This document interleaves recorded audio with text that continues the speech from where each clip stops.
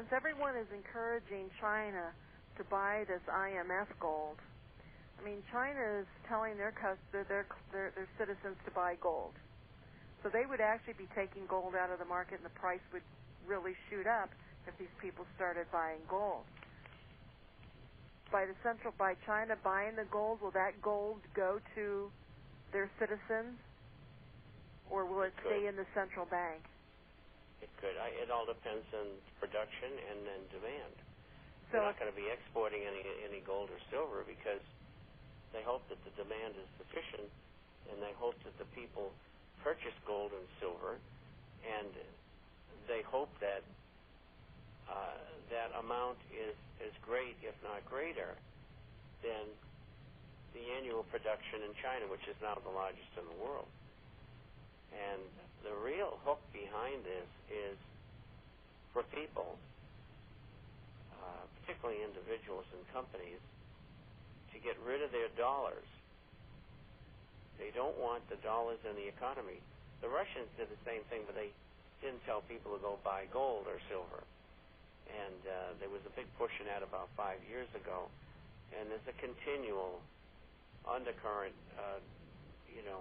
get rid of dollars. They don't tell you to buy gold, but, mostly they were sell the dollars that you've got and buy rubles.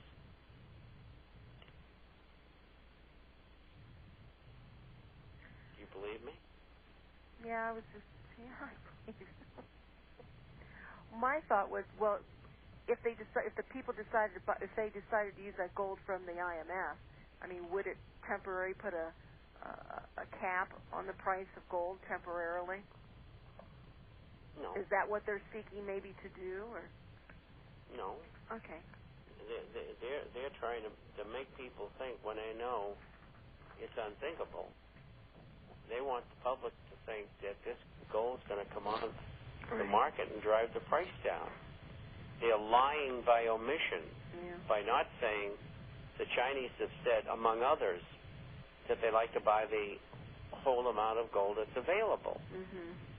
And the IMF is going through this song and dance. We're going to let so much gold go each month or whatever the case is. When it's ridiculous. They know where it's all going. Yeah. They think everybody is stupid. Yeah.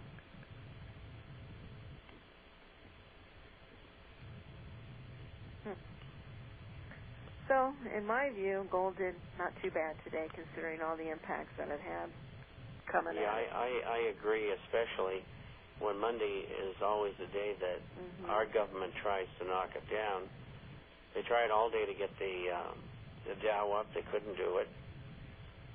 I'll tell you in a minute what it was down 41 at 9,779. And gold's trading about the same in the October market. It's been fluctuating, but I think it's showing that they expect a little bit of weakness tomorrow. Maybe $1 or $2. And the shares are saying, hey, for $5 or $6, who cares? And so some of the shares are up. They're mixed. Some of them are up, but it's fractions. Yeah. 30 cents here and a plus 50 cents there on a $40 or $70 stock. So they're saying, they're not going to get this price down. And so it looks good. Very good. And, once this thing breaks out, they'll never look back. There'll be an awful lot of money made.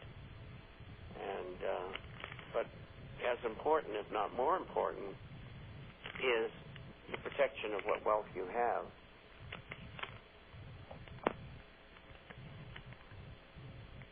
Pretty good? Pretty good. Do you have any questions today? Yes, I do. Do you, sir? I do as well. Where did I put them here? There they are. Our first one is the Gold Gurus from Brian. And why would a company sell forward production to Silver Wheaton? wouldn't there be more counterparty risk than using futures? I have heard some silver miners selling their silver directly to the public. Would the spread be lower than name, brand, bullion, and are they easy to resell? Okay, I'll take the first part of it. It all depends on the contract that they make with the bankers, and the banker is more often than not J.P. Morgan Chase. And the deal usually is a reasonable one if gold doesn't go up, but Morgan doesn't care about that. They've impounded their cost into it. So they sell forward in order to get cash now for development, production, exploration, service on interest, maybe calling in a convertible debenture issue that they have out there that's already circulating. There are a number of reasons. They get the money right away because Morgan's a bank and it prints it in the back room. So Morgan doesn't care. I mean, their cost is zero. So that's why the banks like to do that kind of business. And the hedgers, the producers, usually get a better deal as well. The problem is, and this is my thinking, and thinking of some other professionals, that this is being done and has been done since actually the early 1990s by companies that have been approached by the United States government to sell forward through Morgan, or hedge as it's called. Really, it's shorting the market, betting the price is going to go down. And that hasn't happened, of course. And the government's put a lot of pressure on these companies to do these forward deals because they didn't want gold going up, and it was an easy way to throw gold into the market. And so that's why this has happened. The number one company doing that was Barrick, and Barrick says they have cleaned up their hedges. They don't have them anymore. Well, they're lying, just like they've lied several times before. But there is no SEC for people who belong to the Illuminati and people who are an appendage, actually, of the U.S. government. I mean, you know, Barrick used to be a rinky-dink oil company, and all of a sudden it was announced that they were going to become Barrick Gold. And it was just after Peter Monk and his friend Sandy Gilmore had come back from American Samoa, where they were hiding on stock fraud charges. These were criminal charges, incidentally, and fraud charges in Canada. And the U.S. wouldn't extradite them because they were working with the U.S. government.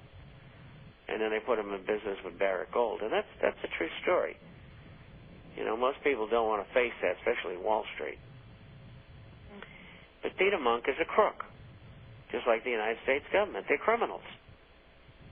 Anyway, that answers that in too much detail.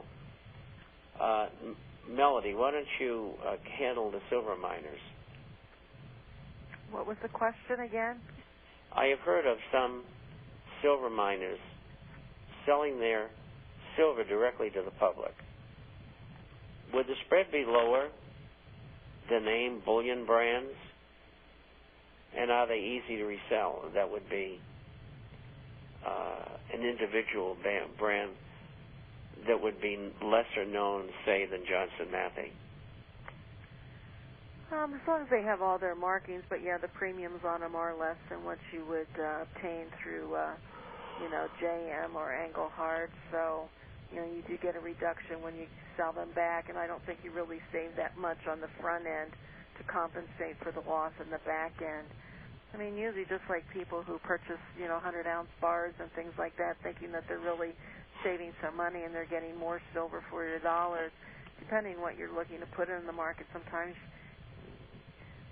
the gains aren't what they could be if you purchase some other items. So there's a lot of currently now the premiums in like the 90% bags now are really really good. It's really a good time to pick up some 90% silver at this point in time. The premiums are all out of it, and so it's a great time to buy. In fact, I have a comparison coming up. Someone has a question in about the Walking Liberties again, so we'll be talking about that a little later on in the program. The Walking Liberties are still walking? Oh,